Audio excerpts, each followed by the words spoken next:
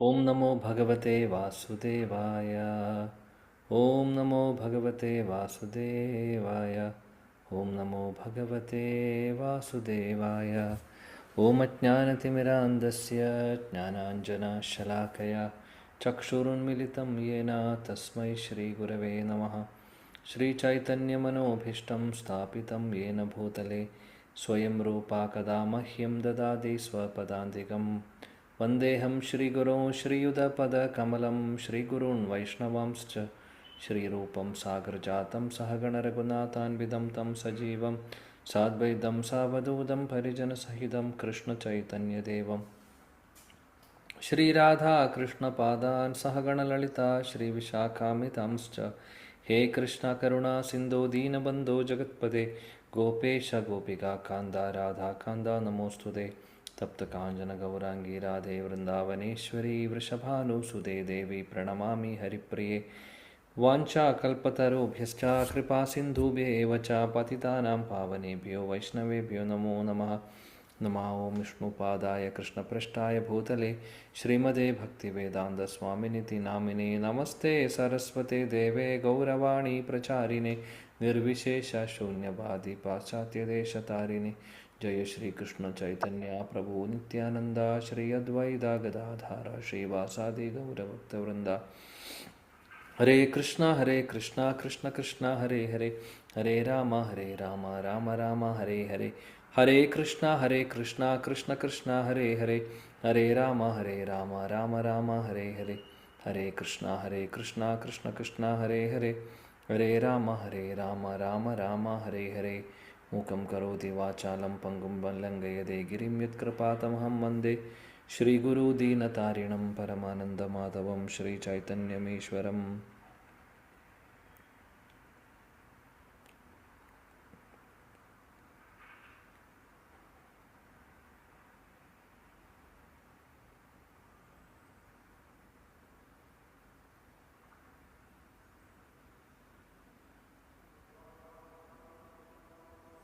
ഹരേ കൃഷ്ണ. എല്ലാ ഭക്തർക്കും എൻ്റെ വിനീതമായ പ്രണാമം. ശ്രീമദ് ഭഗവത്ഗീത അധ്യായം 5 നമ്മൾ ഇന്ന് തുടങ്ങുന്നു. ഭഗവാന്റെ മഹാകാരുണ്യം കൊണ്ട് നമ്മൾ 4 അധ്യായങ്ങൾ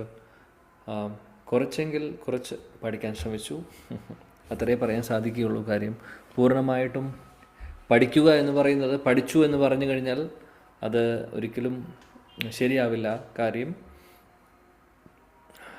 എത്ര പഠിച്ചാലും അത് പൂർണ്ണമായിട്ട് നമുക്ക് ഉൾക്കൊള്ളാൻ സാധിക്കില്ല. ഓഫ് കോഴ്സ് തത്വങ്ങളെല്ലാം ഉൾക്കൊള്ളാം. ഞാൻ പറയുന്നത് പൂർണ്ണമായി എന്ന് പറഞ്ഞ് മാറ്റിവെക്കാൻ സാധിക്കുന്ന ഒരു കാര്യമല്ല.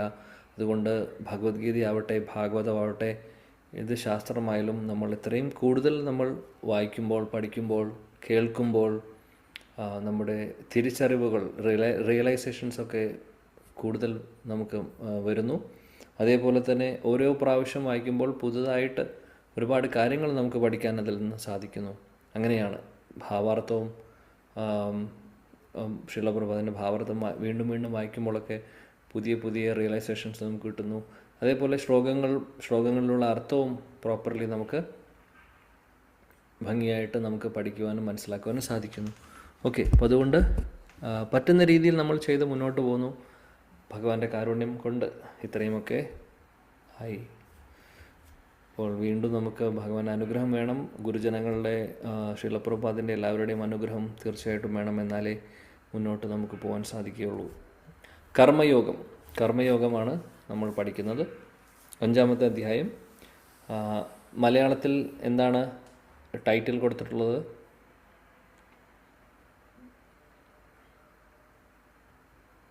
കർമ്മയോഗം, കൃഷ്ണാവബോധത്തിൽ പ്രവർത്തനം. 3-ാമത്തെ ചാപ്റ്ററിൻ്റെ ടൈറ്റിൽ എന്താ നോക്കൂ. അവിടെയും കർമ്മയോഗമാണ്. ആണോ?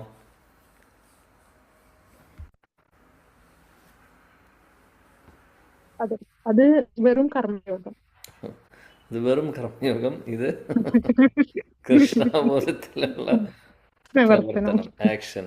യെസ്. സോ ആക്ച്വലി നമ്മൾ ഓൾറെഡി കർമ്മയോഗത്തിൻ്റെ ഒരു ബേസിക് കാര്യങ്ങൾ നമ്മൾ പഠിച്ചു. അല്ലെങ്കിൽ നമ്മൾ അതിൻ്റെ ഫിലോസഫി എല്ലാം പഠിച്ചു. ഇവിടെ കുറച്ചും കൂടെ വ്യക്തമായിട്ട് ഇവിടെ ഈ ഒരു ചാപ്റ്ററിൽ നമുക്ക് കൂടുതൽ അതിനെക്കുറിച്ച് അതിൻ്റെ കൂടുതൽ എക്സ്പ്ലനേഷൻസ് നമ്മൾ ഇവിടെ പഠിക്കാൻ സാധിക്കുന്നു. അപ്പോൾ കർമ്മയോഗം എന്ന് പറഞ്ഞു കഴിഞ്ഞാൽ ബേസിക്കലി എന്താണ്? നമ്മൾ എപ്പോഴും പറയുന്നത് പോലെ യോഗ എന്ന് പറഞ്ഞു കഴിഞ്ഞാൽ ഭഗവാനുമായിട്ട് കണക്ട് ചെയ്യുക എന്നതിനെയാണ് യോഗ എന്ന് പറയുന്നത്. കർമ്മങ്ങളിലൂടെ ഭഗവാനുമായിട്ട് നമ്മൾ ആ കണക്ഷൻ പുനഃസ്ഥാപിക്കുമ്പോൾ അതിനെ കർമ്മയോഗം എന്ന് വിളിക്കുന്നു. ജ്ഞാനത്തിലൂടെ ഒരു minute. Hare Krishna.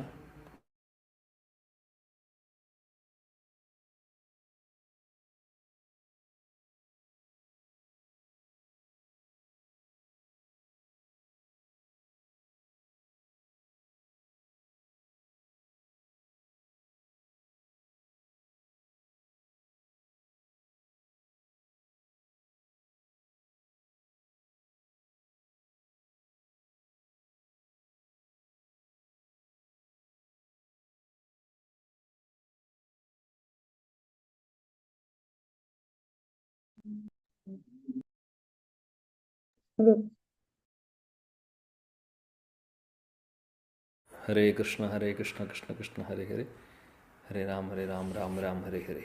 Okay, thank you. So കർമ്മങ്ങളിലൂടെ നമ്മൾ ഭഗവാനുമായിട്ട് ആ ഒരു കണക്ഷൻ പുനഃസ്ഥാപിക്കുമ്പോൾ കർമ്മയോഗം എന്ന് വിളിക്കുന്നു. ജ്ഞാനത്തിലൂടെയാകുമ്പോൾ ജ്ഞാനയോഗം, ഭക്തിയിലൂടെ ഭക്തിയോഗം.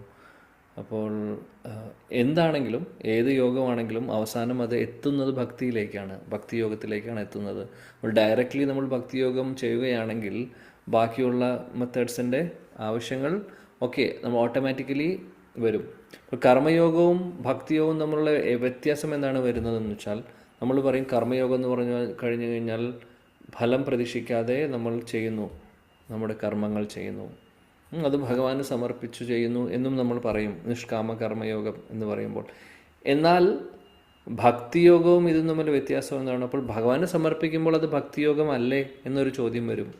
ഭക്തിയോഗമാണ്, അല്ലാന്നല്ല. പക്ഷേ ഭക്തിയോഗത്തിൽ വ്യത്യാസമുണ്ട്. ഭക്തിയോഗത്തിൽ ആ സ്നേഹം അല്ലെങ്കിൽ ആ സമർപ്പിക്കൽ കടമ പോലെയല്ല. ഉള്ളിൽ തോന്നുന്നത് ഭാവം വ്യത്യാസമുണ്ട്. ഭക്തിയോഗം എന്ന് പറയുമ്പോൾ അവിടെ സ്നേഹം വരുന്നു, ഭഗവാനോടുള്ള സ്നേഹം വരുന്നു. എന്നാൽ കർമ്മയോഗത്തിൽ സമർപ്പണമുണ്ടാവും, പക്ഷേ അത് കൂടുതലും ഒരു ഡ്യൂട്ടി എന്നുള്ള രീതിയിലായിരിക്കും. അപ്പോൾ അവിടെ ചെറിയ വ്യത്യാസമുണ്ട്. എന്നാലും അതും ശ്രേഷ്ഠമായിട്ടുള്ള ഒരു വഴി തന്നെയാണ്. എന്നാൽ ഏറ്റവും നല്ല മാർഗം ഭക്തിയോഗമാണ് എന്ന് പറയുന്നു. അല്ലെങ്കിൽ എല്ലാ യോഗങ്ങളും അവസാനിക്കുന്നു ഭക്തിയോഗത്തിൽ. അല്ലെങ്കിൽ ഭക്തിയോഗം എടുക്കുവാണെങ്കിൽ അതിൽ ധ്യാനയോഗം വരുന്നു, കർമ്മയോഗം വരുന്നു, എല്ലാം വരുന്നുണ്ട്. കർമ്മങ്ങൾ നമ്മൾ ചെയ്യുന്നു, നമ്മൾ ഒരുപാട് സേവനങ്ങൾ ചെയ്യുന്നു, അല്ലേ? അതെല്ലാം ഭക്തിയോഗത്തിൽ ഉൾപ്പെടുന്നു. അതേപോലെ ജ്ഞാനം നമ്മളിപ്പോൾ പഠിക്കുന്നു, ഭഗവത്ഗീത. അപ്പോൾ ജ്ഞാനത്തിലൂടെ നമ്മൾ ഭഗവാനെക്കുറിച്ച് മനസ്സിലാക്കുവാൻ സാധിക്കുന്നു, അല്ലെങ്കിൽ മനസ്സിലാക്കുവാൻ ശ്രമിക്കുന്നു, അദ്ദേഹമായിട്ട് കണക്ട് ചെയ്യാൻ ശ്രമിക്കുന്നു. അപ്പോൾ അവിടെ ജ്ഞാനയോഗത്തിനും പ്രസക്തിയുണ്ട്. ഭക്തിയോഗത്തിൽ ഓൾറെഡി ഇൻക്ലൂഡഡ് ആണ്. ധ്യാനമുണ്ട്, നമ്മൾ നാമം ജപിക്കുന്നു, എല്ലാം വരുന്നുണ്ട്. ഭക്തിയോഗം എല്ലാത്തിൻ്റെയും കൾമിനേഷൻ ആണെന്ന് പറയും. അല്ലെങ്കിൽ എല്ലാ യോഗത്തിൻ്റെയും അവസാനം എത്തിച്ചേരുന്നത് ഭക്തിയോഗത്തിലേക്ക് തന്നെയാണ്. അല്ലെങ്കിൽ ഭക്തിയോഗത്തിനകത്ത് ബാക്കിയെല്ലാം ഉണ്ട്, അതാണ് പറയുന്നത്. ഓക്കെ, ഇവിടെ നമ്മൾ പഠിക്കാൻ പോകുന്നത് 5-ാമത്തെ അധ്യായത്തിൽ കർമ്മയോഗത്തെക്കുറിച്ച് കൂടുതൽ നമ്മൾ പഠിക്കാൻ പോകുന്നു. അപ്പോൾ ആദ്യത്തെ ശ്ലോകം നോക്കാം. അർജുന ഉവാച സന്യാസം കർമ്മണാം കൃഷ്ണ പുനർയോഗം ച ശംസസി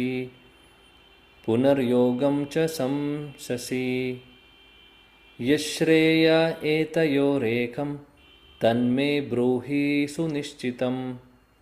സന്യാസം കർമ്മണാം കൃഷ്ണ പുനർയോഗം ച ശംസസി യശ്രേയ ഏതയോരേകം തന്മേ ബ്രൂഹി സുനിശ്ചിതം. സന്യാസം കർമ്മണാം കൃഷ്ണ പുനർയോഗം ച ശംസസി യശ്രേയ ഏതയോരേകം തന്മേ ബ്രൂഹി സുനിശ്ചിതം. വായിക്കാം. ഹരേ കൃഷ്ണ. യെസ്. ഹരേ കൃഷ്ണ. अर्जुन उवाच सन्न्यासं कर्मणां कृष्ण पुनर्योगं च शंससि यच्छ्रेय एतयोरेकं तन्मे ब्रूहि सुनिश्चितम्। हरे कृष्ण प्रभु। हरे कृष्ण। हरे कृष्ण प्रभु। अर्जुन उवाच सन्न्यासं कर्मणां कृष्ण पुनर्योगं च शंससि यच्छ्रेय एतयोरेकं तन्मे ब्रूहि सुनिश्चितम्। हरे कृष्ण। हरे कृष्ण प्रभु। अर्जुन उवाच सन्न्यासं कर्मणां कृष्ण पुनर्योगं च शंससि यश्रेयायेदरो एकं तन्मे ब्रूहि सुनिश्चितम्। हरे कृष्ण। अर्जुन उवाच सन्न्यासं कर्मणां कृष्ण पुनर्योगं च शंससि यश्रेय एतयोरेकं तन्मे ब्रूहि सुनिश्चितम्। हरे कृष्ण। हरे कृष्ण प्रभु। अर्जुन उवाच सन्न्यासं कर्मणां कृष्ण पुनर्योगं च शंससि यश्रेया एतयोरेकं तन्मे ब्रूहि सुनिश्चितम्। हरे कृष्ण। हरे कृष्ण प्रभु। अर्जुन उवाच सन्न्यासं कर्मणां कृष्ण पुनर्योगं च शंससि यश्रेय एतयोरेकं तन्मे ब्रूहि सुनिश्चितम्। हरे कृष्ण। ओके। हरे कृष्णा। अर्जुन उवाच सन्न्यासं कर्मणां कृष्ण पुनर्योगं च शंससि यच्छ्रेय एतयोरेकं तन्मे ब्रूहि सुनिश्चितम्। हरे कृष्णा। हरे कृष्ण। हरे ओके। कृष्ण प्रभुजी। अर्जुन उवाच सन्न्यासं कर्मणां कृष्ण पुनर्योगं च शंससि यच्छ्रेय एतयोरेकं तन्मे ब्रूहि सुनिश्चितम्। हरे कृष्ण। ഓക്കെ. ആരെങ്കിലും ഒരാൾ വിവർത്തനം ഭാവാർത്ഥം കൂടെ വായിക്കൂ.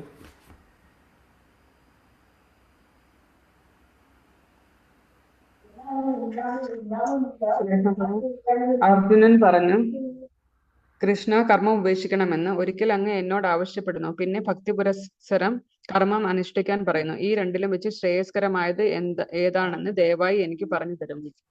ഭാവാർത്ഥം ഭക്തിപൂർവമായ സേവന കർമ്മമാണ് ശുഷ്കമായ മാനസിക ഊഹാഭോഗങ്ങളെക്കാൾ ശ്രേഷ്ഠമെന്ന് ഭഗവാൻ ഈ 5-ാം അധ്യായത്തിൽ വ്യക്തമാക്കുന്നു. ഭക്തിയുക്ത സേവനം മാനസിക ഊഹാഭോഗത്തേക്കാൾ എളുപ്പമാണ്. സ്വാഭാവികമായി തന്നെ അതീന്ദ്രമാകയാൽ കാർമിക പ്രതികരണങ്ങളിൽ നിന്നും അത് ഒരാളെ മോചിപ്പിക്കുന്നു. ആത്മാവിനെയും അതിന് ഭൗതിക ശരീരത്തിൽ സംഭവിക്കുന്ന ബന്ധനാവസ്ഥയെയും കുറിച്ചുള്ള പ്രാഥമിക ജ്ഞാനം 2-ാം അധ്യായത്തിൽ വിവരിച്ചിട്ടുണ്ട്. ബുദ്ധിയോഗം അല്ലെങ്കിൽ ഭക്തിപൂർവമായ സേവനം കൊണ്ട് ആ ഭൗതിക ബന്ധത്തിൽ നിന്ന് മോചനം നേടേണ്ടത് എങ്ങനെയെന്നും അതിൽ വിവരിക്കുന്നു. ജ്ഞാനവേദിയിലേക്ക് ഉയർന്ന ഒരാൾക്ക് കർത്തവ്യങ്ങളായി ഒന്നുമില്ലെന്നാണ് 3-ാം അധ്യായത്തിൽ പ്രസ്താവിക്കുന്നത്. സമസ്ത യജ്ഞകർമ്മങ്ങളും ജ്ഞാനത്തിലാണ് എത്തിക്കുന്നതെന്ന് ഭഗവാൻ പറയുന്നു. എന്നാൽ 4-ാം അധ്യായത്തിന്റെ അവസാനത്തിൽ അർജുനനോട് ഉപദേശിക്കുന്നത് ജ്ഞാനത്തിന്റെ പരിപൂർണാവസ്ഥയിൽ ഉണർവോടെ പൊരുത്തുവാനാണ്.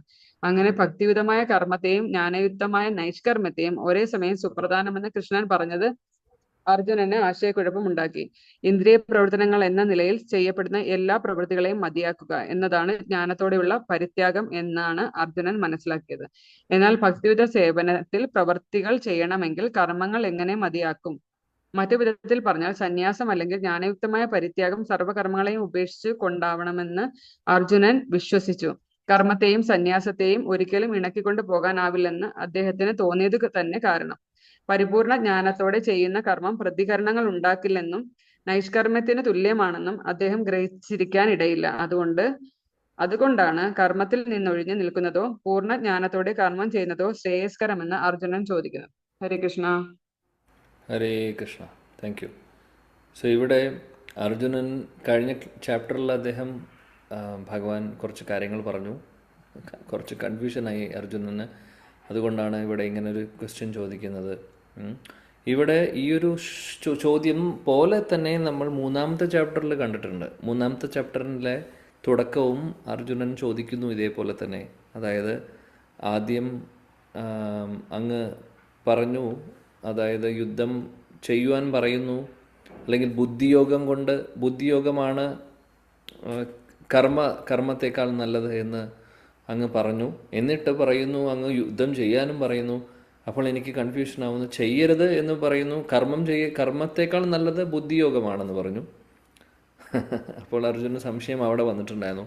ഇവിടെ അതേപോലെയുള്ള ഒരു ഡൗട്ടാണ് അർജുനന് വരുന്നത്. കാര്യം കഴിഞ്ഞ ചാപ്റ്ററിൽ കൃഷ്ണൻ ഭഗവാൻ ആ ഒരു അധ്യായം അവസാനിപ്പിക്കുമ്പോൾ അർജുനനോട് പറയുന്നത് അതാണ്. അതായത് നീ എഴുന്നേറ്റ് യുദ്ധം ചെയ്യൂ എന്ന് പറഞ്ഞിട്ടാണ് അവസാനം നിർത്തുന്നത്. അത് കർമ്മം ചെയ്യണം എന്ന് പറയുന്നു. അതിൻ്റെ കൂട്ടത്തിൽ സന്യാസം അല്ലെങ്കിൽ കർമ്മം റിനൗൺസ് ചെയ്യാനും പറയുന്നുണ്ട്. ഇതിനു മുമ്പ് നമ്മൾ കണ്ടിട്ടുണ്ട്. സന്യാസ യോഗത്തെക്കുറിച്ച് കഴിഞ്ഞ ചാപ്റ്ററിൽ പറഞ്ഞു. ഇതെല്ലാം കൂടെ പറഞ്ഞപ്പോൾ അർജുനന് ചെറിയൊരു കൺഫ്യൂഷൻ വരുന്നു. ആ കൺഫ്യൂഷൻ അദ്ദേഹം തീർക്കുവാണ് ഇവിടെ. അതാണ് ഇവിടെ ചോദിക്കുന്നത്. ശരിക്കും പറയുവാണെങ്കിൽ സന്യാസം എന്ന് ഇവിടെ ഉദ്ദേശിക്കുന്നത് വേറെ ഒന്നുമല്ല, സന്യാസം എടുക്കുക എന്നുള്ളതല്ല. അതായത് ചെയ്യുന്ന കർമ്മത്തെ ഉപേക്ഷിക്കുക, അല്ലെങ്കിൽ ഒന്നും കർമ്മം ചെയ്യാതിരിക്കുക. അതിനെയാണ് ഇവിടെ സന്യാസം എന്ന് ഉദ്ദേശിക്കുന്നത്. അപ്പോൾ അർജുനന് സംശയം വന്നതാണ്.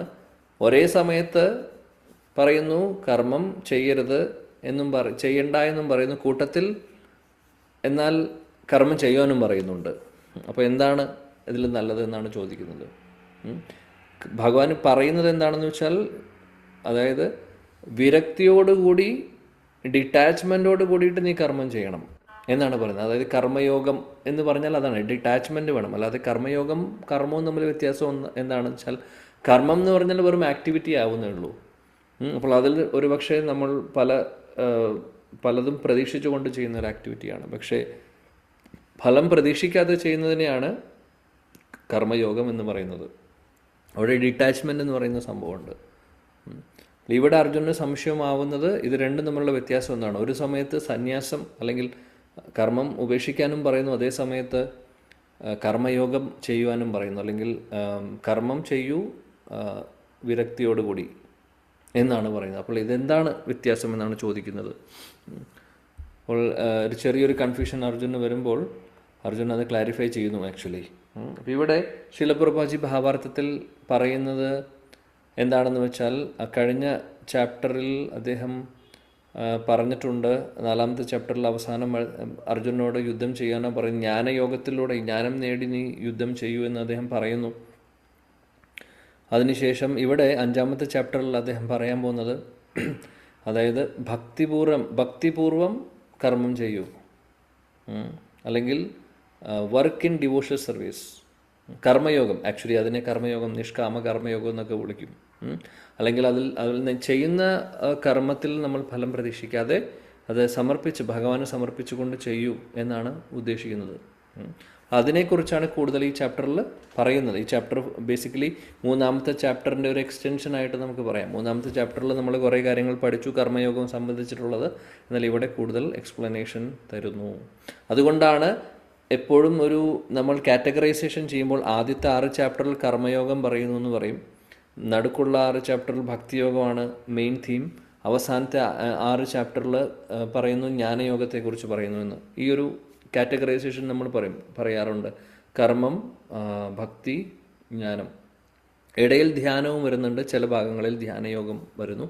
പക്ഷേ അതൊക്കെ ആദ്യത്തെ 6 ചാപ്റ്ററിലും ഇൻക്ലൂഡഡ് ആണ്. ബേസിക്കലി അപ്പോൾ ഫസ്റ്റ് 6 ചാപ്റ്റേഴ്സ് എപ്പോഴും പറയുമ്പോൾ കർമ്മയോഗമാണെന്ന് പറയും. അതായത് മെയിൻ തീമാണ് ഉദ്ദേശിക്കുന്നത്. അതിൽ വേറെ കാര്യങ്ങളും പറയുന്നുണ്ട് എങ്കിൽ പോലും. അപ്പോൾ ഇവിടെ 2 ചാപ്റ്ററിലാണ് അതുകൊണ്ട് കർമ്മയോഗത്തെക്കുറിച്ച് എക്സ്പ്ലിസിറ്റ്ലി കൂടുതൽ ഭഗവാൻ എക്സ്പ്ലെയിൻ ഇവിടെ ചെയ്യുന്നത്. അപ്പോൾ ഇങ്ങനെ ഡൗട്ട് വന്നപ്പോൾ അർജുനൻ ക്ലാരിഫൈ ചെയ്യുവാണ്. അതായത് ശരിക്കും ഞാൻ ചെയ്യുന്ന കാര്യങ്ങൾ നിർത്തണോ അതോ ചെയ്യുകയാണോ വേണ്ടത്, എന്താണെന്ന് എനിക്ക് മനസ്സിലാവുന്നില്ല, ചെറിയൊരു സംശയമുണ്ട്, എനിക്ക് ഇതിൽ ഒന്ന് മാറ്റിത്തരണം എന്ന് പറഞ്ഞ് ഭഗവാനോട് ചോദ്യം ചോദിക്കുന്നു. ഇനി ഭഗവാൻ അതിൻ്റെ എക്സ്പ്ലനേഷനാണ് പറയാൻ പോകുന്നത്, എന്താണ് നല്ലത് എന്നുള്ളത്. കാര്യം ഇവിടെ അർജുനൻ ചോദിക്കുന്നത് ഏതാണ് നല്ലതെന്നാണ്. സന്യാസമാണോ അതോ കർമ്മയോഗമാണോ, ഇതിലേതാണ് ബെറ്റർ എന്നാണ് ചോദ്യം.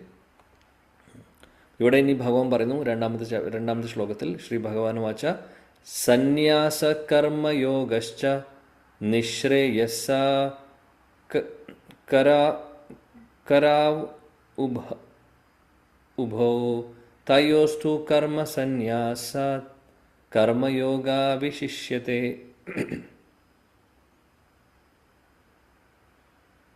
ഓക്കെ, വായിച്ചോളൂ ശ്ലോകം. അല്ലെങ്കിൽ ഒരാൾ. ഹരേ കൃഷ്ണ. ശ്രീ ഭഗവാൻ ഉവാച സന്യാസ കർമ്മയോഗശ്ച നിശ്രേയസകരാവുഭൗ തയോസ്തു കർമ്മ സന്യാസ കർമ്മയോഗോ വിശിഷ്യത്തെ. ഹരേ കൃഷ്ണ പ്രഭു. ഹരേ കൃഷ്ണ.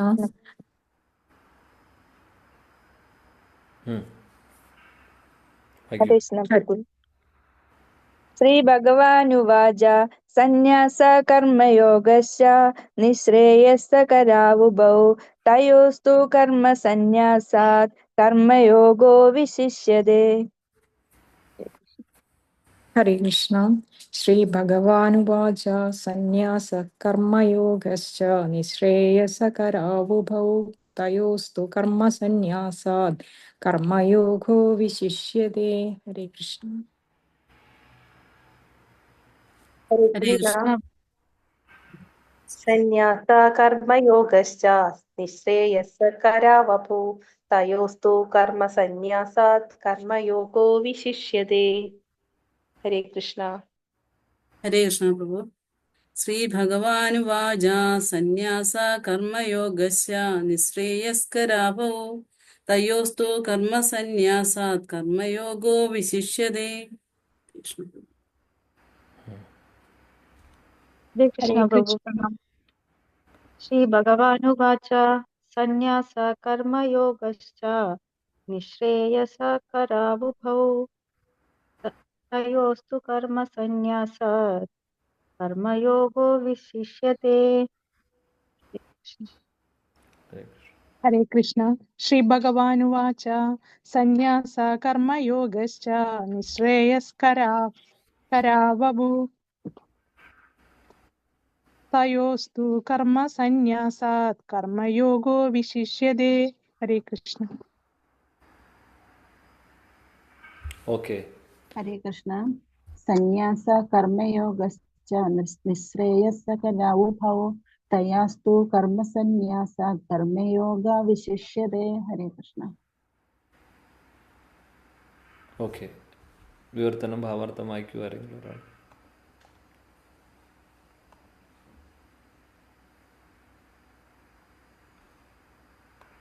Hare Krishna Prabhu.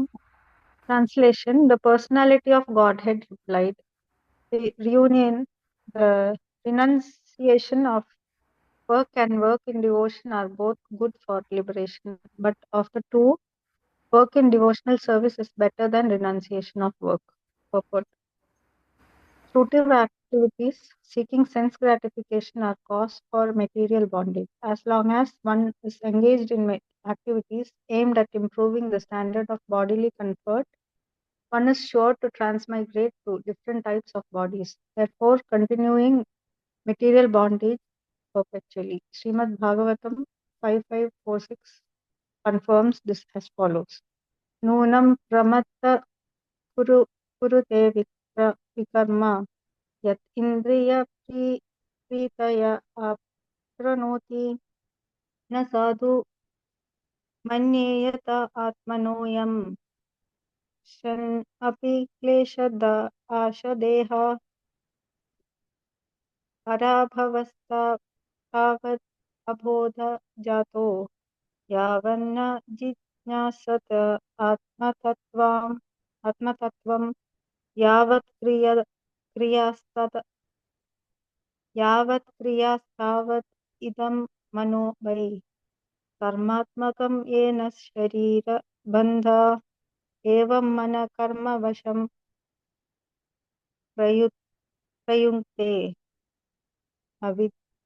अविद्यात्मनि उपदीयमाने प्रीतिर्न यावन् मयि वासुदेवे न मुच्यते देहयोगेन तावत्.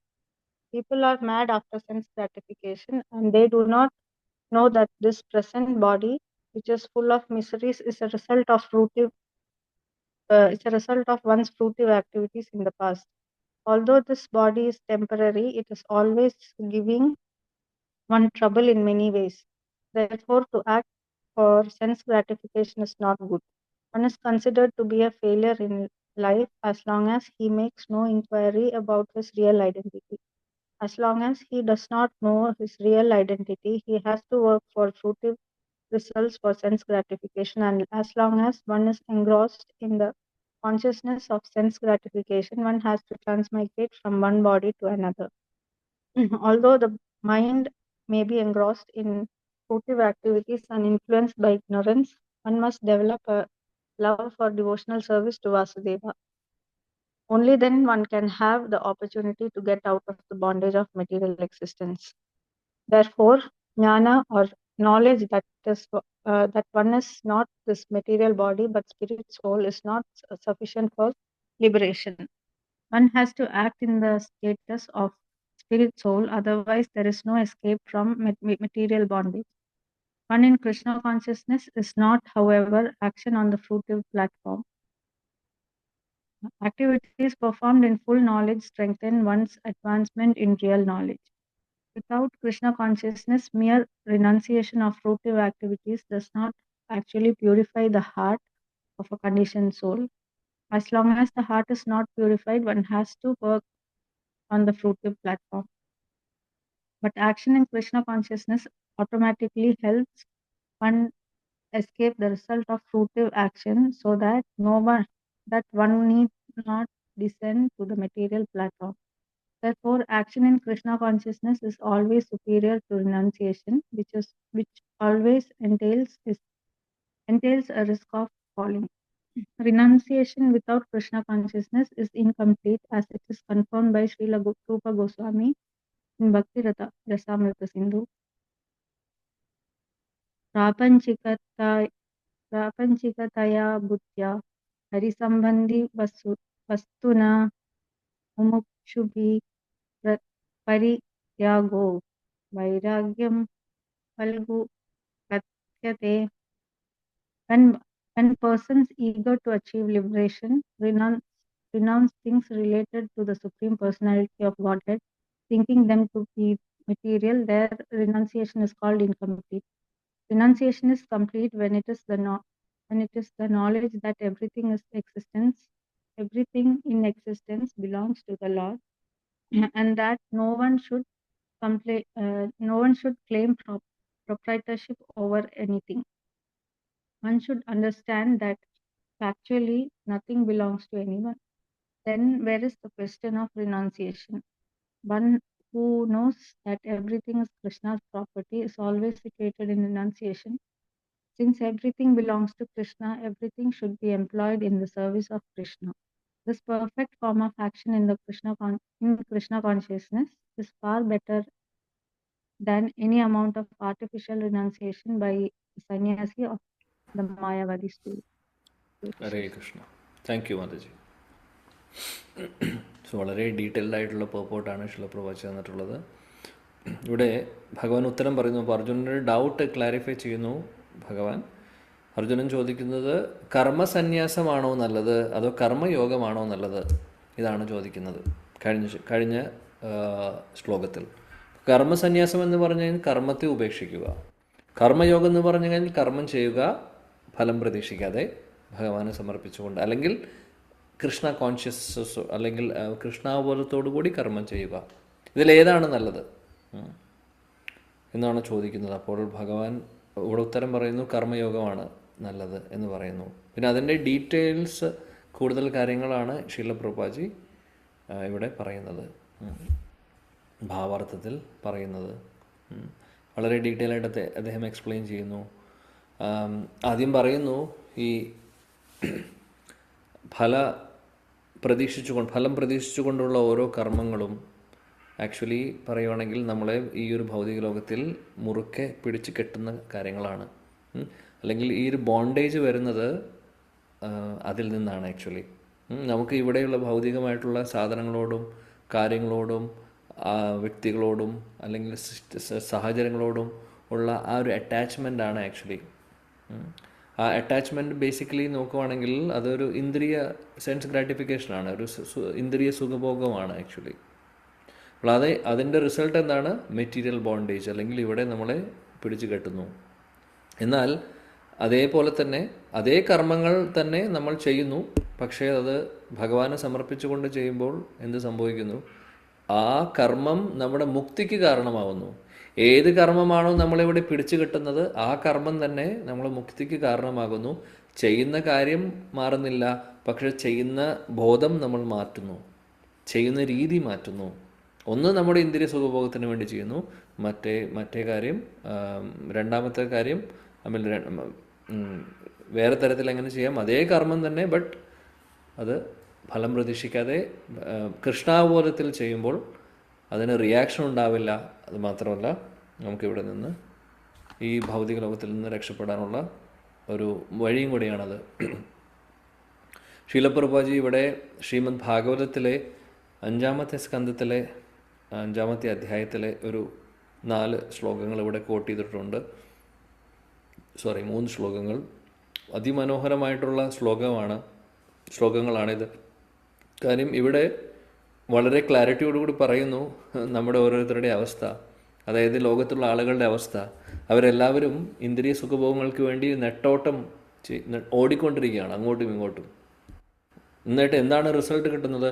അവർക്കുണ്ടാവുന്ന റിസൾട്ട് എന്താണ്? വേറെ ഒന്നുമല്ല, ദുഃഖം മാത്രം.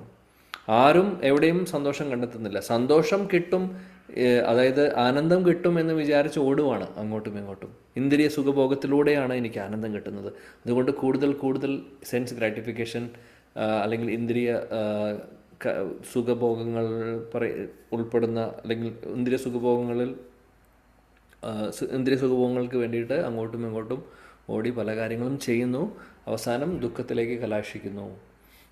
ആരും മനസ്സിലാക്കുന്നില്ല. അപ്പോൾ ഈ ശ്ലോകങ്ങൾ പറയുന്നതാണ് ശരിക്കും. ഈ നമ്മളിവിടെ ഭാഗവതത്തിൽ നിന്ന് കോട്ട് ചെയ്തിട്ടുള്ള ശ്ലോകങ്ങൾ പറയുന്നത് ഇതിനെക്കുറിച്ചാണ്. ഈ ശരീരം താൽക്കാലികമായിട്ടുള്ള ശരീരമാണ്, എന്തായാലും നശിക്കുന്ന ഒരു കാര്യമാണ്. അതുകൊണ്ട് ഈ ഇന്ദ്രിയ സുഖഭോഗം എന്ന് പറയുന്നത്, അതിൻ്റെ പുറകിൽ ഓടുമെന്ന് പറയുന്ന ഒരു ബുദ്ധിയുള്ള ഒരാൾ ചെയ്യുന്ന കാര്യമല്ല.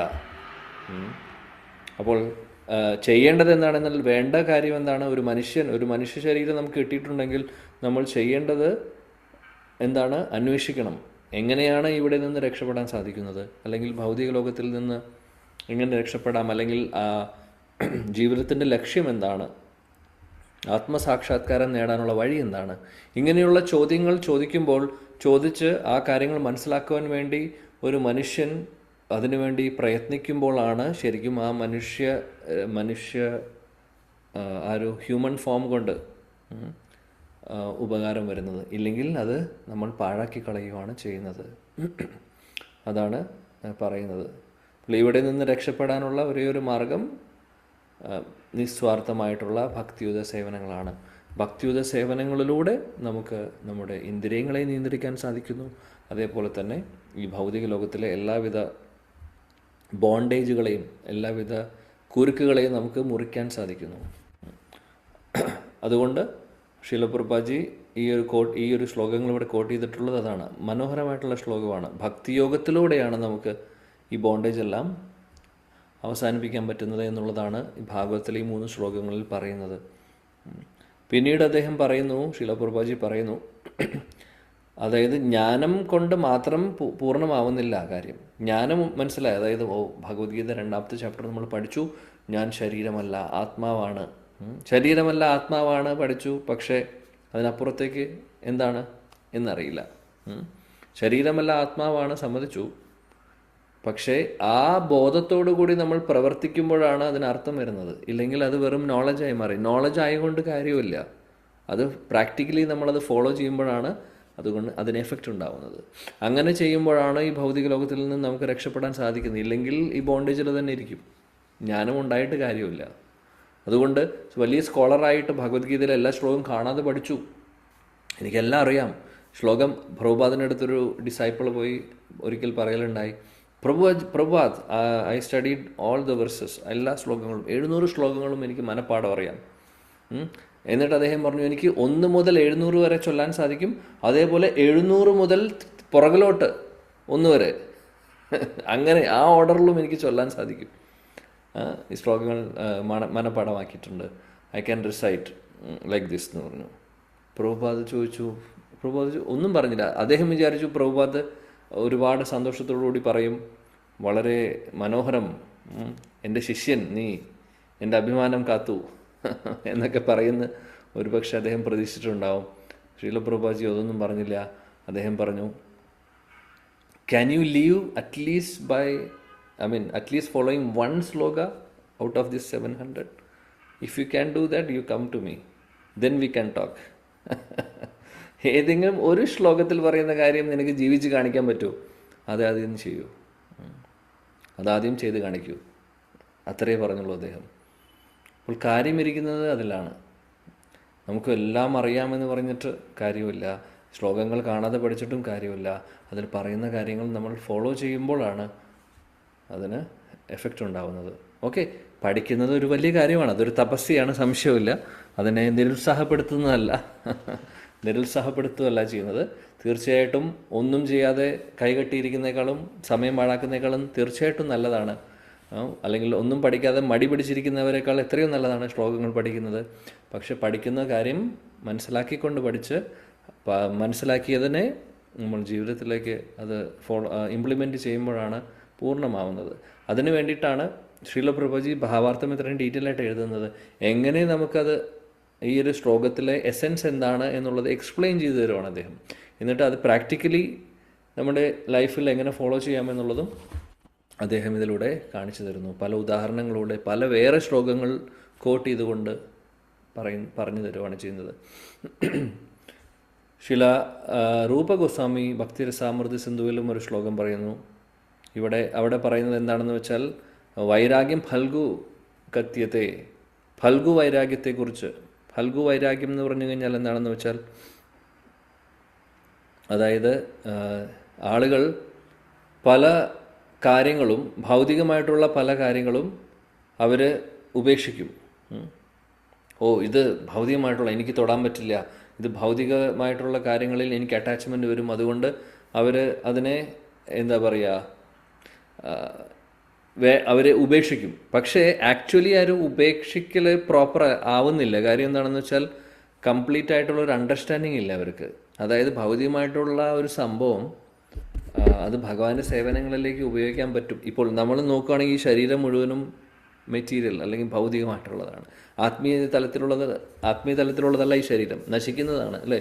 അപ്പോൾ ഈ ശരീരം എനിക്ക് വേണ്ട, ഈ ശരീരം മെറ്റീരിയലാണ്, അതുകൊണ്ട് ഈ ശരീരം കൊണ്ട് ഞാനൊന്നും ചെയ്യില്ല, ഞാനൊന്നും ചെയ്യാതെ അനങ്ങാൻ ധരിക്കും. ചെയ്തു കഴിഞ്ഞാൽ കർമ്മം വരും, എനിക്ക് കർമ്മം വന്നു കഴിഞ്ഞാൽ അത് അനുഭവിക്കേണ്ടി വരും, അതുകൊണ്ട് ഞാനൊന്നും ചെയ്യാതെ മിണ്ടാതിരിക്കാം എന്ന് പറയുന്നതിന് വല്ല അർത്ഥമുണ്ടോ? ഇല്ല.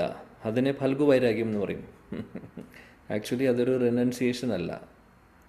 റിനൗൺസിയേഷൻ എന്ന് പറഞ്ഞാൽ പ്രോപ്പറായിട്ട് മനസ്സിലാക്കേണ്ടത് എന്താണെന്ന് വെച്ചാൽ, എന്തൊക്കെയാണോ ഉള്ളത് അതെല്ലാം ഭഗവാന്റെ സേവനങ്ങളിൽ ഉപയോഗിക്കുമ്പോഴാണ് അതിനെയാണ് പ്രോപ്പർ ശരിക്കും സന്യാസം എന്ന് പറയുന്നത്. അല്ലെങ്കിൽ വിരക്തി എന്ന് പറയുന്നത് അതിനെയാണ്. അല്ലാതെ ഫൽഗു വൈരാഗ്യമല്ല. വെറുതെ കാണിക്കുന്ന പോലെ വെറുതെ കാണിച്ചുകൊണ്ട് കാര്യമില്ല. നമ്മുടെ ഉള്ളിലാണ് ആ ഒരു ചേഞ്ച് വേണ്ടത്, മനസ്സിലാക്കേണ്ടത്. അല്ലെങ്കിൽ ആ ഒരു റിനൗൺസിയേഷൻ വരേണ്ടത് നമ്മുടെ ഹൃദയത്തിലാണ്, എക്സ്റ്റേണലി അല്ല. അതായത് നമ്മൾ ചെയ്യുന്നു എല്ലാ കാര്യങ്ങളും, വേണ്ട കർമ്മങ്ങളെല്ലാം ചെയ്യുന്നു, വേണ്ട ഡ്യൂട്ടീസ് എല്ലാം നമ്മൾ ചെയ്യുന്നു, ഭംഗിയായിട്ട് ചെയ്യുന്നു. പക്ഷേ ചെയ്യുന്നതെല്ലാം ഭഗവാന് സമർപ്പിച്ചുകൊണ്ട് അങ്ങനെ ചെയ്യുമ്പോൾ അത് അകർമ്മമാവുന്നു. അങ്ങനെ വരുമ്പോൾ അതിന് റിയാക്ഷൻ ഉണ്ടാവുന്നില്ല.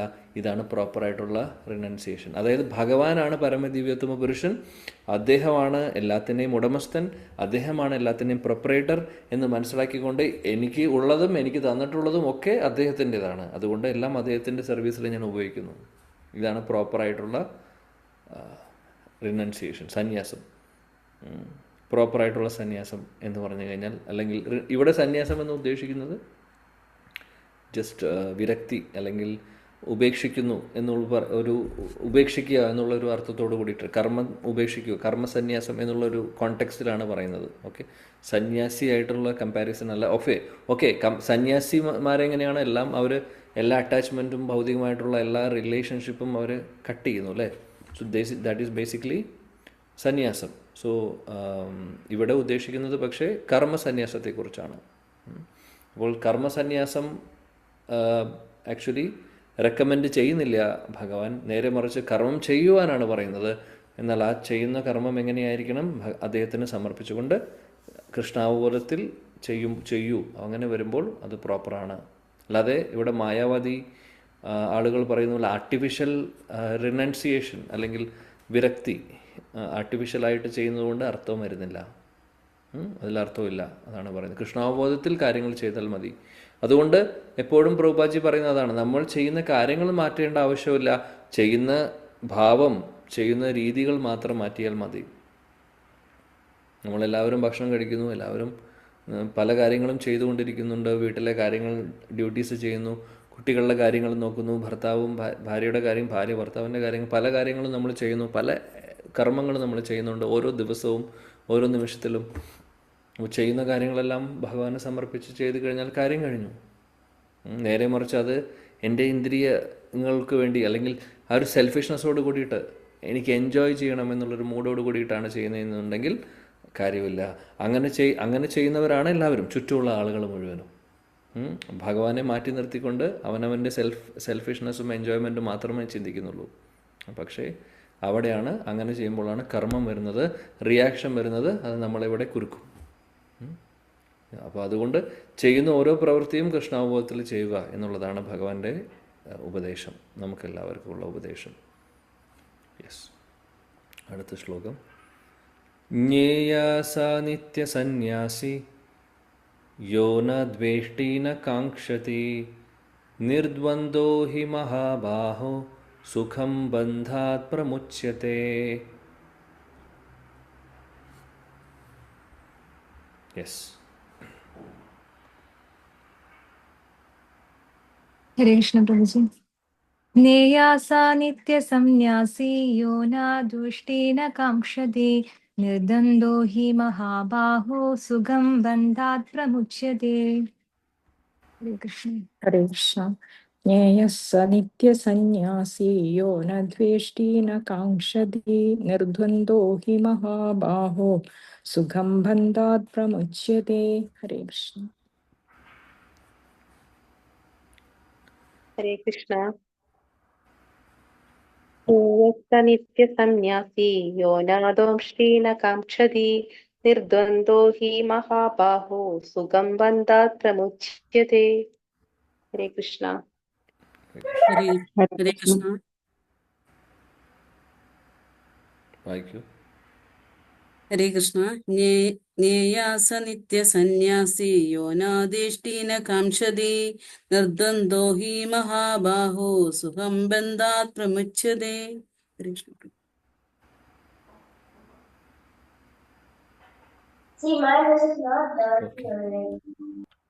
ഹരേ കൃഷ്ണ. ജ്ഞേയസ നിത്യസന്യാസി യോ ന ദ്വേഷ്ടി ന കാംക്ഷതി നിർദ്വന്ദ്വോ ഹി മഹാബാഹോ സുഖം ബന്ധാത് പ്രമുച്യത്തെ. ഹരേ കൃഷ്ണ. ഓക്കെ, ആരെങ്കിലും ട്രാൻസ്ലേഷൻ, വിവർത്തനം, ഭാവാർത്ഥം കൂടെ വായിക്കൂ. ഹരേ കൃഷ്ണ.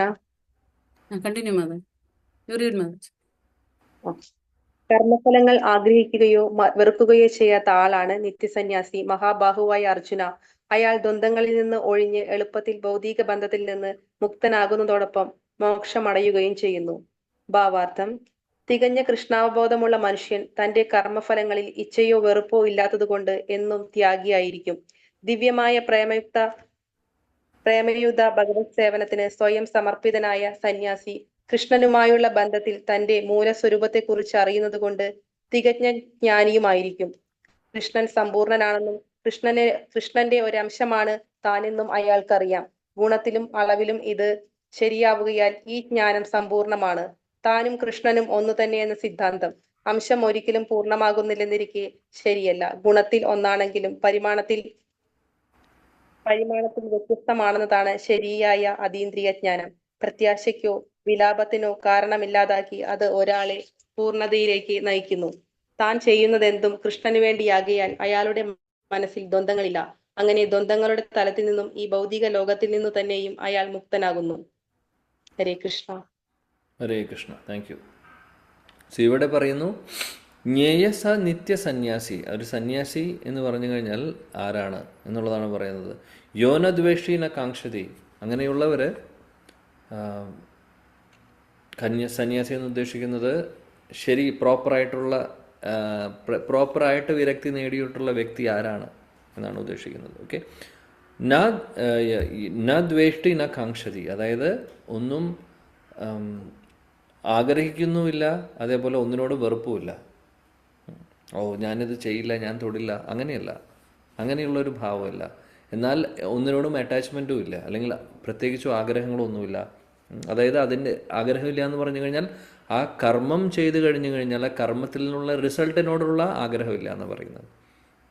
എന്നാൽ ആ കർമ്മം ചെയ്യാതിരിക്കാൻ കർമ്മത്തിനോടുള്ളൊരു വിരക്തിയും തോന്നുന്നില്ല, അല്ലെങ്കിൽ ഒരു ദ്വേഷ്ടിയും തോന്നുന്നില്ല, ദേഷ്യവും അല്ലെങ്കിൽ ഒരു ഓഹോ ഞാനിത് ചെയ്യില്ല, ഇത് ചെയ്തു കഴിഞ്ഞാൽ കർമ്മം വരും, അങ്ങനെയുള്ളൊരു ഫീലിംഗ്. ഒരു സന്യാസി പ്രോപ്പറായിട്ടുള്ള ഒരു കർമ്മയോഗിയെക്കുറിച്ചാണ്, കർമ്മയോഗിയുടെ ഡെഫിനേഷനാണ് പറയുന്നത്. നിർദ്വന്ദ്വോ ഹി മഹാബാഹോ, അങ്ങനെയുള്ളവർ ദ്വന്ദ്ങ്ങളിൽ നിന്ന് മുക്തരായിട്ടുള്ളവരായിരിക്കും, അല്ലെങ്കിൽ ദ്വന്ദ്ങ്ങളിൽ നിന്ന് ഫ്രീ ആയിട്ടുള്ളവരായിരിക്കും.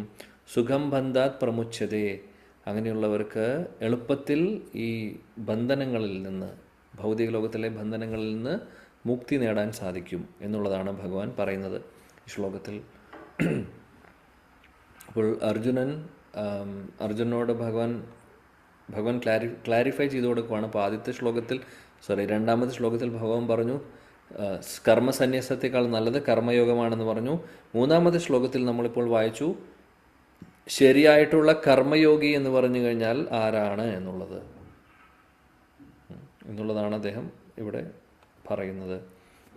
ശിലപ്രഭുജി ഭാവാർത്ഥത്തിൽ പറയുന്നു, കൃഷ്ണാവബോധത്തിൽ പ്രവർത്തിക്കുന്ന ഒരാൾക്ക് അവർ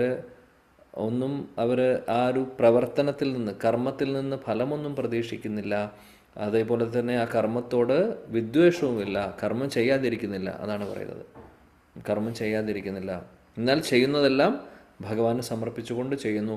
അങ്ങനെയുള്ള വ്യക്തികൾ അവരവരുടെ ശരിയായിട്ടുള്ള പൊസിഷൻ മനസ്സിലാക്കുന്നു. ഞാൻ ഭഗവാന്റെ അംശമാണെന്ന് മനസ്സിലാക്കിക്കൊണ്ട് ആ ഒരു ഭാവത്തോടു കൂടിയിട്ട് ഭഗവാന് സമർപ്പിച്ചുകൊണ്ട് കാര്യങ്ങൾ ചെയ്യുന്നു. ഇതാണ്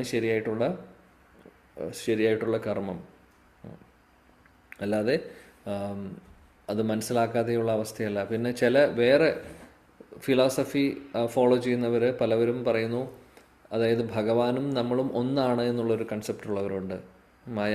മായാവാദം എന്ന് പറഞ്ഞു കഴിഞ്ഞാൽ അങ്ങനെയാണ്, ഞാനും ഭഗവാനും തമ്മിൽ വ്യത്യാസമില്ല എന്നൊരു ഫിലോസഫി ആയിട്ട് അവർ വരും. പക്ഷേ അത് ഇൻപ്രോപ്പറായിട്ട്, അല്ലെങ്കിൽ ശരിയായിട്ടുള്ളൊരു അണ്ടർസ്റ്റാൻഡിങ് അല്ല. നമ്മളൊരിക്കലും ഭഗവാനുമായിട്ട് ഈക്വൽ അല്ല. ക്വാളിറ്റി നോക്കുമ്പോൾ നമ്മുടെ ആത്മാവിന് ഭഗവാന്റെ സച്ചിദാനന്ദം എന്ന് പറയുന്ന സ്വരൂപമുണ്ട്, ആ ഒരു ക്വാളിറ്റി ഉണ്ട്. അല്ലാതെ നമ്മളെപ്പോലൊരു ഭൗതിക ശരീരമേ അല്ല ഭഗവാനുള്ളത്. ഭഗവാൻ ശരീരം എല്ലാം ആത്മീയ തലത്തിലുള്ളതാണ്. നമ്മളെപ്പോലുള്ള ഭൗതിക ശരീരം സ്വീകരിക്കേണ്ട കാര്യം വരുന്നില്ല. അങ്ങനെ ഒരുപാട് കാര്യങ്ങൾ നോക്കുവാണെങ്കിൽ അദ്ദേഹമാണ് എല്ലാം, അദ്ദേഹം പൂർണ്ണവും നമ്മൾ ചെറിയൊരു അംശം മാത്രമാണ്. ആ ഒരു വ്യത്യാസം എപ്പോഴും ഉണ്ട്. ആ വ്യത്യാസം മനസ്സിലാക്കണം, ശരിയായിട്ടും മനസ്സിലാക്കിക്കൊണ്ട് പ്രവർത്തിക്കുക. അതുകൊണ്ട് നമ്മുടെ ചൈതന്യ ചരിതാമൃതത്തിൽ പറയുന്നത് പോലെ ഏകേല കൃഷ്ണ, അതായത് ഏകേല ഈശ്വര കൃഷ്ണ, ബാക്കി എല്ലാവരും ഭൃത്യരാണ്. ഒരേ ഒരു ഭഗവാൻ അല്ലെങ്കിൽ പരമദൈവത്വ പുരുഷൻ ഭഗവാൻ കൃഷ്ണൻ, ബാക്കി എല്ലാവരും അദ്ദേഹത്തിൻ്റെ ഭൃത്യരാണ് അല്ലെങ്കിൽ അദ്ദേഹത്തിൻ്റെ സേവകരാണ് എന്നുള്ളത് ചൈതന്യ ചരിതാമൃതത്തിൽ ഒരു ശ്ലോകത്തിൽ പറയുന്നുണ്ട്.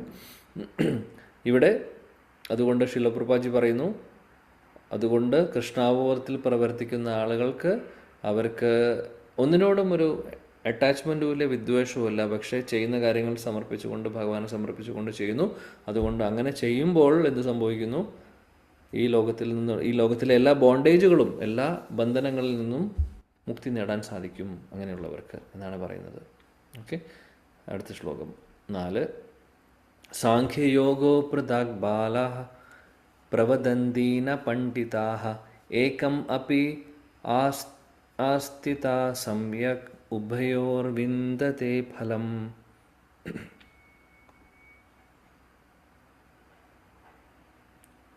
യെസ്.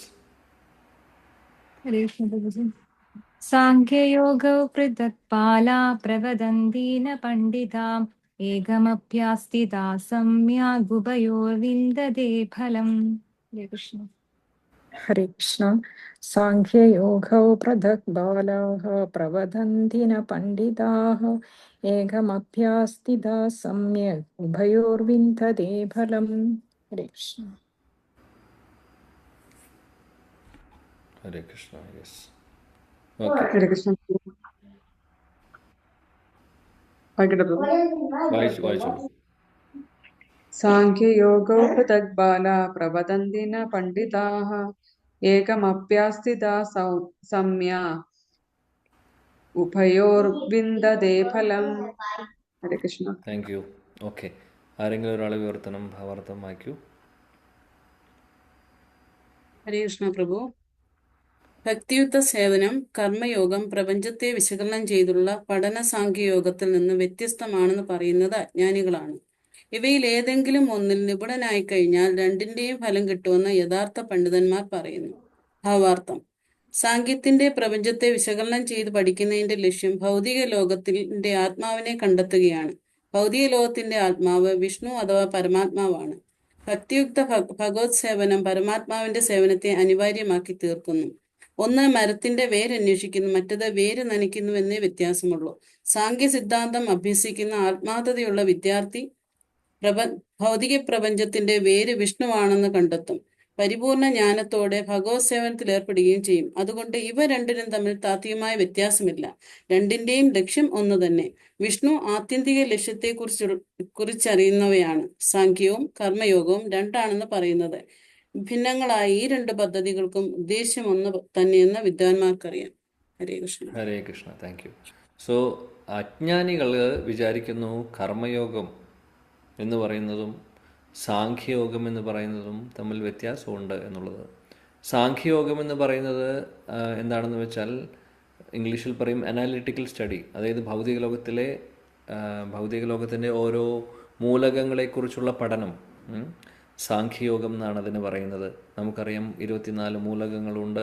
അതിന് ഡീറ്റെയിൽ ആയിട്ടുള്ള പഠനവും പിന്നെ അതേപോലെ തന്നെ കൂടുതൽ അതിൽ ഫർദർ സ്റ്റഡീസും ഉണ്ട്. എന്നിട്ട് ഫൈനലി അതിൻ്റെ കൺക്ലൂഷൻ എന്താണ്, അല്ലെങ്കിൽ ആ ഒരു സാഖ്യയോഗത്തിൻ്റെ ഒരു ഉദ്ദേശം എന്താണ്? സാഖ്യയോഗത്തെ ചില സമയങ്ങളിൽ ജ്ഞാനയോഗമായിട്ടും ചില ഭാഗത്ത് പറയുന്നുണ്ട്. അപ്പോൾ ഈ ടെർമിനോളജീസ് നമുക്ക് അവിടെ മനസ്സിലാക്കാം.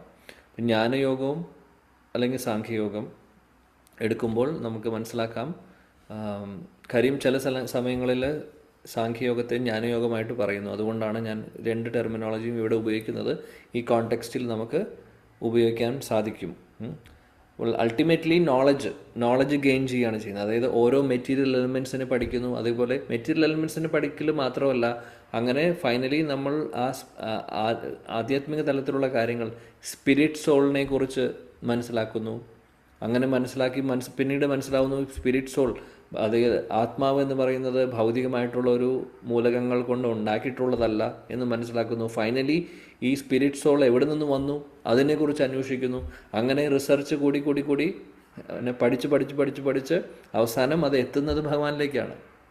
ഇതെല്ലാം വരുന്നത് ഭഗവാനിൽ നിന്നാണ് എന്നുള്ളതിലേക്ക് അവരെത്തുന്നു. അങ്ങനെയാണ് ആ പഠനം പ്രോഗ്രസീവായിട്ട് പോകുന്നത്. അതൊരു മെത്തേഡാണ്. അതേപോലെ ആ ഒരു കാര്യവും കർമ്മയോഗവും, അല്ലെങ്കിൽ ഇവിടെ പറയുന്ന കർമ്മയോഗം എന്ന് പറഞ്ഞു കഴിഞ്ഞാൽ നിഷ്കാമ കർമ്മയോഗം, ഭഗവാനെ സമർപ്പിച്ചുകൊണ്ട് ചെയ്യുന്ന കർമ്മം, ഇതും തമ്മിൽ വ്യത്യാസം ഉണ്ടോ എന്ന് ചോദിച്ചു കഴിഞ്ഞാൽ അതിൻ്റെ രണ്ടിൻ്റെ റിസൾട്ട് സെയിമാണ്. അതുകൊണ്ട് ബുദ്ധിയുള്ളവർ പറയുന്നു അതിന് വ്യത്യാസമില്ല എന്ന് പറയുന്നു. രണ്ട് റൂട്ടാണെന്ന് മാത്രം. ഇപ്പം നമുക്ക് ദുബായിക്ക് പോകണമെങ്കിൽ 2-3 റോഡുകളുണ്ട്.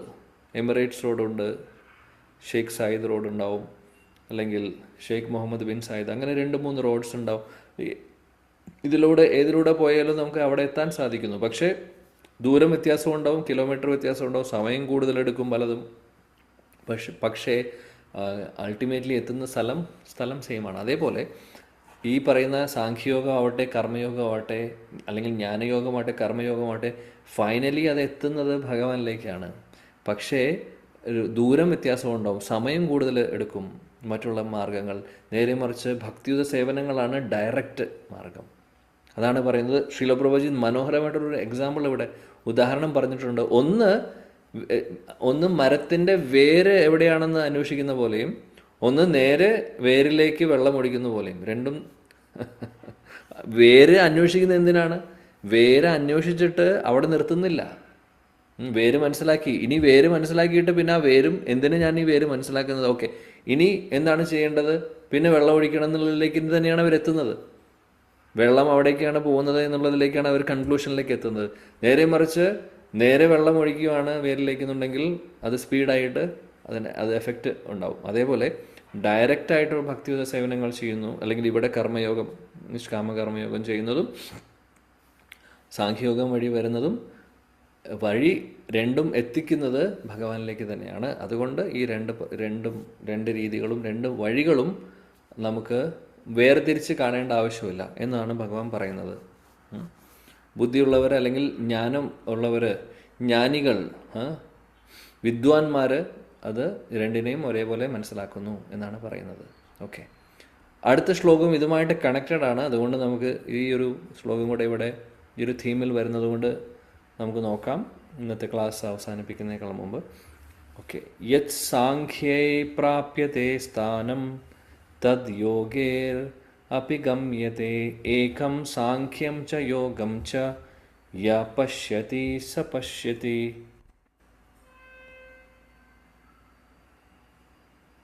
ഹരേ കൃഷ്ണ പ്രഭു. യത് സാഖ്യൈ പ്രാപ്യത്തെ സ്ഥാനം തദ് യോഗൈരഭിഗമ്യതേ ഏകം സാഖ്യം ച യോഗം ച യ പശ്യതി സ പശ്യതി. ഹരേ കൃഷ്ണ. ഓക്കെ, ഹരേ കൃഷ്ണ പ്രഭു. യത്സാഖ്യൈ പ്രാപ്യത്തെ സ്ഥാനം തദ്യോഗൈരഭിഗമ്യതേ ഏകം സാഖ്യം ച യോഗം ച യ പശ്യതി സ പശ്യതി. ഹരേ കൃഷ്ണ. ഓക്കെ, വിവർത്തനം വായിക്കാം, ഭാവാർത്ഥം. ഹരേ കൃഷ്ണ പ്രഭു. വിശകലനാധിഷ്ഠിതമായ പഠനം കൊണ്ട് പ്രാപിക്കുന്ന സ്ഥാനം ഭക്തിയുത സേവനം കൊണ്ടും നേടാം. അതുകൊണ്ട് വിശകലനാധിഷ്ഠിതമായ പഠനവും ഭക്തിയുത സേവനവും ഒരേ ശ്രേണിയിലാണെന്ന് മനസ്സിലാക്കുന്ന ആൾ വസ്തുതകൾ യഥാർത്ഥമായി ദർശിക്കുന്നു. ഭാവാർത്ഥം. ശ്രീല പ്രഭുപാദ് കി ജയ്. തത്വചിന്താപരങ്ങളായ ഗവേഷണങ്ങളുടെ എല്ലാം യഥാർത്ഥ ഉദ്ദേശം ജീവിതത്തിന്റെ പരമലക്ഷ്യം കണ്ടെത്തലാണ്. ജീവിത ലക്ഷ്യം ആത്മസാക്ഷാത്കാരമാണെന്നിരിക്കെ അതിലേക്ക് എത്തിക്കുന്ന ഈ രണ്ട് പദ്ധതികളുടെയും അന്തിമ നിർണയത്തിൽ വ്യത്യാസങ്ങളില്ല. സാഖ്യ സിദ്ധാന്തത്തെ മുൻനിർത്തിക്കൊണ്ടുള്ള ഗവേഷണം ജീവസത്ത പരമാത്മാവിന്റെ അംശമാണ്, ഭൗതിക പ്രപഞ്ചത്തിൻ്റെതല്ല എന്ന നിഗമനത്തിൽ എത്തിക്കുന്നു. അതുകൊണ്ട് ജീവാത്മാവിന് ഭൗതിക പ്രപഞ്ചവുമായി യാതൊരു ബന്ധവുമില്ല. അവന്റെ പ്രവൃത്തികൾക്ക് ഭഗവാനുമായി ബന്ധമുണ്ടായിരിക്കണം. കൃഷ്ണാബോധത്തോടെ കർമ്മം ചെയ്യുമ്പോഴാണ് ജീവൻ തന്റെ സ്വരൂപാവസ്ഥയിൽ സ്ഥിതി ചെയ്യുന്നത്. സാഖ്യത്തിൽ ഒരാൾ ആദ്യമായി ചെയ്യേണ്ടത് ഭൗതികതയുമായുള്ള ബന്ധം വിച്ഛേദിക്കലാണ്. ഭക്തിയോഗത്തിലാകട്ടെ കൃഷ്ണാവബോധ പ്രവർത്തനങ്ങളുമായി ബന്ധം സ്ഥാപിക്കലും. ഒരു പ്രക്രിയ വിരക്തിയുടേതും മറ്റേത് ആസക്തിയെയും ലക്ഷ്യമാക്കുന്നു എന്ന് ബാഹ്യമായി തോന്നിയേക്കാമെങ്കിലും വാസ്തവത്തിൽ രണ്ടും ഒന്ന് തന്നെ. ഭൗതിക വസ്തുക്കളോടുള്ള വിരക്തിയും കൃഷ്ണനിലുള്ള ആസക്തിയും ഒന്നു തന്നെ. ഇത് മനസ്സിലാക്കുന്ന ആൾ കാര്യങ്ങൾ യഥാർത്ഥമായി കാണുന്നു. ഹരേ കൃഷ്ണ. ഹരേ കൃഷ്ണ. സോ കഴിഞ്ഞ ശ്ലോകത്തിൻ്റെ കണ്ടിന്യൂഷൻ ആണ് ആക്ച്വലി. നമ്മൾ ഓൾറെഡി കുറേ കാര്യങ്ങൾ ഇതിനെക്കുറിച്ച് പറഞ്ഞു കഴിഞ്ഞു. ഇപ്പോൾ കർമ്മസന്യാസം അല്ലെങ്കിൽ ജ്ഞാനയോഗ അല്ലെങ്കിൽ സാഖ്യയോഗം, ഇത് ഏതാണെങ്കിലും നമ്മൾ ഈ ഒരു കോണ്ടെക്സ്റ്റിൽ സാഖ്യയോഗം എന്ന് പറയുന്നതും ജ്ഞാനയോഗം എന്ന് പറയുന്നതും ഒക്കെ, അല്ലെങ്കിൽ ചില കർമ്മ സന്യാസം എന്ന് പറഞ്ഞു, അതായത് ഉപേക്ഷിക്കുന്നത്, ഭൗതികമായിട്ടുള്ള കാര്യങ്ങൾ ഉപേക്ഷിക്കുന്നത്, ഇതെല്ലാം നമ്മൾ നോക്കുമ്പോൾ അർജുനൻ്റെ ഡൗട്ട് എന്തായിരുന്നു, ഇതിൽ ഏതാണ് നല്ലതാണ് എന്നാണ് ചോദിച്ചത്. അല്ലെങ്കിൽ ഇപ്പോഴത്തെ അവസ്ഥയിൽ എൻ്റെ ഈ ഒരു അവസ്ഥയിൽ ഏതാണ് ബെറ്റർ എന്നാണ് ചോദിക്കുന്നത് ബേസിക്കലി. സോ ഉത്തരം ഭഗവാൻ പറയുന്നു, സാഖ്യയോഗത്തെ അല്ലെങ്കിൽ ജ്ഞാനയോഗത്തെയും കർമ്മയോഗത്തെയും വേർതിരിച്ച് കാണേണ്ട ആവശ്യമില്ല. രണ്ടിൻ്റെ പർപ്പസ് സെയിം ആണ്, അല്ലെങ്കിൽ ഗോൾ സെയിം ആണ്, ലക്ഷ്യം സെയിം ആയതുകൊണ്ട് അതിനെ നമുക്ക് ഒന്നായിട്ട് തന്നെ കാണാം. അങ്ങനെയാണ് അങ്ങനെ മനസ്സിലാക്കുന്നതാണ് ശരിയായിട്ടുള്ള അണ്ടർസ്റ്റാൻഡിങ് എന്ന് അദ്ദേഹം പറയുന്നു. അപ്പോൾ സാഖ്യയോഗം അവസാനം, അതായത് ഭൗതിക ലോകത്തിലെ മൂലകങ്ങളെക്കുറിച്ചുള്ള അന്വേഷണം നമ്മളെ എത്തിക്കുന്നത് അവസാനം ഭൗതിക ലോകത്തിലെ എല്ലാം മനസ്സിലാക്കി 3 ഗുണങ്ങളെക്കുറിച്ച് മനസ്സിലാക്കുന്നു. 3 ഗുണങ്ങളാണ്, ഈ ത്രിഗുണങ്ങളാണ് നമ്മളെ ഇവിടെ പിടിച്ച് കെട്ടുന്നത് എന്നും മനസ്സിലാക്കുന്നു. അവസാനം അതൊരു ഡിറ്റാച്ച്മെൻറ്റിലേക്കാണ് എത്തിക്കുന്നത് ബേസിക്കലി. അവസാനം അത് സന്യാസത്തിലേക്കാണ് എത്തിക്കുന്നത്. സന്യാസം എന്ന് ഉദ്ദേശിക്കുന്നത് കർമ്മസന്യാസത്തിലേക്കാണ് നമ്മളെ എത്തിക്കുന്നത്. അപ്പോൾ സാഖ്യയോഗത്തിൻ്റെ അവസാനം, സാഖ്യയോഗത്തിലൂടെ ആ വഴിയിലൂടെ നമ്മൾ സഞ്ചരിക്കുമ്പോൾ അവസാനം നമ്മൾ കർമ്മസന്യാസം ചെയ്യുന്നു. എന്നാൽ അതേ സമയത്ത് നിഷ്കാമ കർമ്മയോഗത്തെക്കുറിച്ച് പറയുകയാണെങ്കിൽ അവിടെ എന്താണ്, അവിടെ നമ്മൾ ഭഗവാനെ സേവിക്കുന്നു, അല്ലെങ്കിൽ നമ്മൾ കർമ്മം ഉപേക്ഷിക്കുന്നില്ല, കർമ്മം ചെയ്യുന്നു, എന്നാൽ കർമ്മം സമർപ്പിച്ചുകൊണ്ട് ചെയ്യുന്നു, കൃഷ്ണാവബോധത്തിൽ ചെയ്യുന്നു. ഇതാണ് രണ്ടും തമ്മിലുള്ള വ്യത്യാസം. പക്ഷേ രണ്ടും എത്തിക്കുന്നത് ഫൈനലി ഭഗവാനിലേക്ക് തന്നെയാണ്. അതാണ് പറയുന്നത്, നേരത്തെ പറഞ്ഞ പോലെ, ആ വേരിൻ്റെ ഉദാഹരണം പറഞ്ഞ പോലെ, ആ ഗോൾ സെയിം ആയതുകൊണ്ട് ശരിക്കും പറയുകയാണെങ്കിൽ വ്യത്യാസം ഇല്ല. ഒരു തരത്തിൽ നോക്കുമ്പോൾ ഇത് രണ്ടും തമ്മിൽ വ്യത്യാസമില്ല. അത് പ്രോപ്പറായിട്ട് മനസ്സിലാക്കുന്ന ഒരാളെ സംബന്ധിച്ച് ഇത് വ്യത്യാസം ഉണ്ടെന്ന് പറയില്ല. എന്നാൽ ഇവിടെ അപ്പോൾ എന്നിട്ട് ഫർദർ ശിലപ്രഭാജി ഈ ഒരു ഭാവത്തിൽ പറയുന്ന ഒരു പോയിന്റ് എന്താണെന്ന് വെച്ചാൽ, അതായത് സന്യാസം എന്ന് പറഞ്ഞു കഴിഞ്ഞാൽ ഡിറ്റാച്ച്മെൻ്റ് ആണ്, അതായത് ഭൗതികമായിട്ടുള്ള കാര്യങ്ങളിൽ നിന്നൊരു ഡിറ്റാച്ച്മെൻറ്റ്. കർമ്മയോഗം എന്ന് പറഞ്ഞു കഴിഞ്ഞാൽ ആക്ച്വലി അറ്റാച്ച്മെൻ്റ് ആണ്. എന്തിനോട്? ഭഗവാനുമായിട്ട് കണക്ഷൻ വരുവാണ് അവിടെ. അപ്പോൾ ഒന്ന് ഡിറ്റാച്ച്മെൻറ്റും ഒന്ന് അറ്റാച്ച്മെൻറ്റുമാണ് ബേസിക്കലി. പക്ഷേ അതിൻ്റെ ലക്ഷ്യം എന്ന് പറയുന്നത് എന്താണ്? അതായത് എല്ലാം കൾമിനേഷൻ വരുന്നത് ഭഗവാനിലേക്കാണ്. ഗോൾ സെയിം ആണ്. അതുകൊണ്ട് രണ്ടും, ഒന്ന് ഡിറ്റാച്ച്മെൻറ്റും ഒന്ന് അറ്റാച്ച്മെൻറ്റും തമ്മിൽ നമ്മൾ വ്യത്യാസം. Detachment from material matter, attachment to Krishna, ഇതാണ്. അപ്പോൾ രണ്ടും ആക്ച്വലി നമുക്ക് ഒരേപോലെ മനസ്സിലാക്കാൻ, അല്ലെങ്കിൽ ഒന്നാണ് എന്നുള്ള രീതിയിൽ മനസ്സിലാക്കാൻ കാര്യം, മാറ്ററുമായിട്ടുള്ള ഡിറ്റാച്ച്മെൻറ്റ് ഇല്ലെങ്കിൽ അറ്റാച്ച്മെൻറ്റ് വരില്ല, അല്ലേ? അറ്റാച്ച്മെൻറ്റ് വരുമ്പോൾ ഡിറ്റാച്ച്മെൻറ്റ് ഓൾറെഡി വരും മാറ്ററുമായിട്ടുള്ളത്. അതാണ് രണ്ടും തമ്മിലുള്ള കണക്ഷൻ. അതാണ് ഇത് പറഞ്ഞതിന് ശേഷം ഭഗവാൻ അർജുനോട് പറയുന്നത്. ഇപ്പോൾ ഇങ്ങനെ സത്യം പറയുകയാണെങ്കിൽ രണ്ടും തമ്മിൽ വ്യത്യാസമില്ല. ശരിക്കും ഒന്ന് നമ്മൾ അതിനെക്കുറിച്ച് മനസ്സിലാക്കുകയാണെങ്കിൽ രണ്ടും തമ്മിൽ വ്യത്യാസമില്ല. എന്നാലും ഞാൻ പറയുന്നു, ഇത് രണ്ടും തമ്മിൽ കമ്പയർ ചെയ്യുമ്പോൾ നിൻ്റെ ഇപ്പോഴത്തെ അവസ്ഥയിൽ കർമ്മയോഗമാണ് നല്ലത്. ഇതാണ് പറയുന്നത്. ഈ ഒരു കോണ്ടെക്സ്റ്റിലെ കർമ്മയോഗമാണ് നിനക്ക് നല്ലത്. കാര്യം നീ കർമ്മം ചെയ്യാൻ വേണ്ടി, അല്ലെങ്കിൽ യുദ്ധം ചെയ്യാൻ വേണ്ടി നിൽക്കുന്ന ഒരു ആളാണ് അദ്ദേഹം. So he has to work, he has to do something. അത് ഉപേക്ഷിക്കുന്നതല്ല ഇപ്പോഴത്തെ കോണ്ടെക്സ്റ്റിൽ നല്ലത്. അൾട്ടിമേറ്റ്ലി നോക്കുമ്പോൾ രണ്ടിൻ്റെയും ഗോൾ സെയിം ആണെങ്കിൽ പോലും, ബട്ട് ഇപ്പോൾ നിനക്ക് റിലവൻസ് ഉള്ളത് കർമ്മയോഗമാണ്. അതുകൊണ്ട് നീ അത് ചെയ്യണം. അതുകൊണ്ടാണ് ഭഗവാൻ കർമ്മയോഗമാണ് ബെറ്റർ എന്ന് പറയുന്നത്. ബെറ്റർ എന്ന് പറയുന്നതിൻ്റെ അർത്ഥം ഈ കോണ്ടെക്സ്റ്റിൽ അർജുനനെ സംബന്ധിച്ച് ദാറ്റ് ഈസ് ഗുഡ്, ബെറ്റർ എന്നുള്ളൊരു രീതിയിൽ. ആൻഡ് ഒബ്വിയസ്ലി നമുക്കറിയാം, കർമ്മയോഗം എന്ന് ഉദ്ദേശിക്കുമ്പോൾ അവിടെ ഡയറക്റ്റ്ലി കണക്ഷൻ വരുവാണ് ഭഗവാനുമായിട്ട്. ഡയറക്റ്റ്ലി ഒരു അറ്റാച്ച്മെൻറ്റ്, ഭഗവാനുമായിട്ടുള്ള കണക്ഷൻ കൂടുതലും എവിഡൻ്റ് ആണ്. മറ്റേ സംഭവത്തിൽ അത് വിരക്തി, അല്ലെങ്കിൽ നമ്മൾ ഉപേക്ഷിക്കുന്നു എന്നുള്ളതാണ്. പക്ഷേ ഉപേക്ഷിച്ച് അവസാനം എത്തുന്നത് ഭഗവാനിലേക്കാണ്. ബട്ട് മോർ കണക്റ്റഡ്, അല്ലെങ്കിൽ കൂടുതൽ ഭഗവാനുമായിട്ടുള്ള കണക്ഷൻ വരുന്നത് ആ കർമ്മയോഗത്തിലാണ്. സോ അതാണ് നിഷ്കാമ കർമ്മയോഗത്തിലാണ്.